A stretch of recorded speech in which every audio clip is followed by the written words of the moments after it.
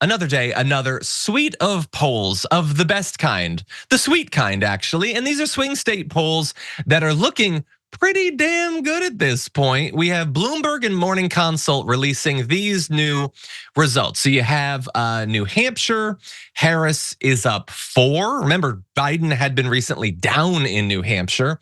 And then you have this other one, including Cornell West, Kennedy, and Stein, where Harris is up 7 at that point. And it's a reminder, by the way, that the third party candidates don't always have the same effect. It seems to be in some states they help the Democrat, in some states they help the Republican. But in that case, they appear to be helping the Democrat. Arizona, Harris is up by 2, tied in Georgia, a state that was looking very shaky in the last weeks of the Biden presidential run. Now it looks like it's definitely a possibility. This Michigan poll, though, is wild. Harris is up by 11. Now, you can't just go by one poll, and Bloomberg Morning Consult is not like necessarily the most rock solid reputable pollster, but I'll take it for now. And Nevada, there you have her up by 2. Now, it's not all positive. North Carolina, Trump is still up by 2. Pennsylvania, he's up by 4. But to have a whole suite of swing state polls, and Trump is only up at a couple of them, and the largest lead he has in one of them is only 4. Do you remember like a month ago, the swing state polls that were coming out of him up by 7, up by 9 in a number of states?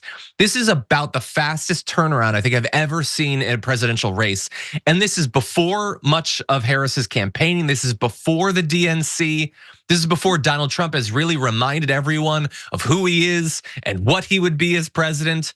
A storm is tearing up the digital media industry. Only our audience can save us in these difficult times. Help us reach our goal of 100,000 new members at tyt.com/team. And it seems like every day we get another suite of these, and I absolutely love it. Sharon, what do you make of it? I love it too, and I think I don't want to take credit away from her, but again, I think it's just we're tired. People, as you said, they want to be happy again. And so all it took was for the focus to be off of, I mean, it's such a lame thing that was done here. Sleepy Joe. Yes, the president has some cognitive, seemingly, and physical issues. He has some limitations that come with age for many people. But the way they just drove it home didn't have any other way of thinking, no backup plan, even as people were begging him to get out of the race.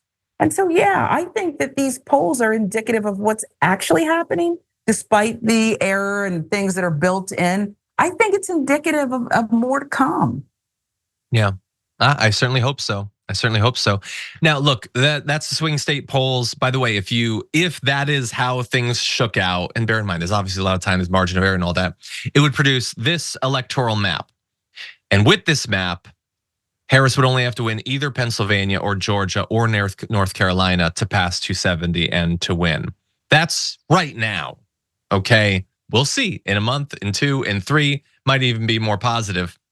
And in the national polling overall, the trend is still going back. I mean, some of these polls, are back like 9 days. That's basically before she was anointed. But things are starting to shift. You see some Harris national wins as well, which is good news.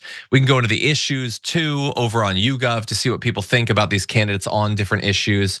And there are some where Donald Trump leads. He leads on foreign policy, which makes absolutely no sense to me. Crime, inflation, and immigration. Those sort of the 3 big things that they want to run on, or at least numbers from like 2 years ago that they want to run on. So that's where she's going to have to do the most work. That's why I'm glad that they're putting their ads sort of in that direction. But I think that she is off to a great start. I think this is where you want to be. The interesting thing now, and it's not going to happen, but like Joe Biden did the right thing, not only for America, but for the Democrats in stepping down. Like Trump could do that. If it was Nikki Haley, this could look totally different for the Republicans. They could be back on top potentially. Now, we don't know, but we also won't know because there's no way Donald Trump is ever gonna do that. He's the most selfish man in world history.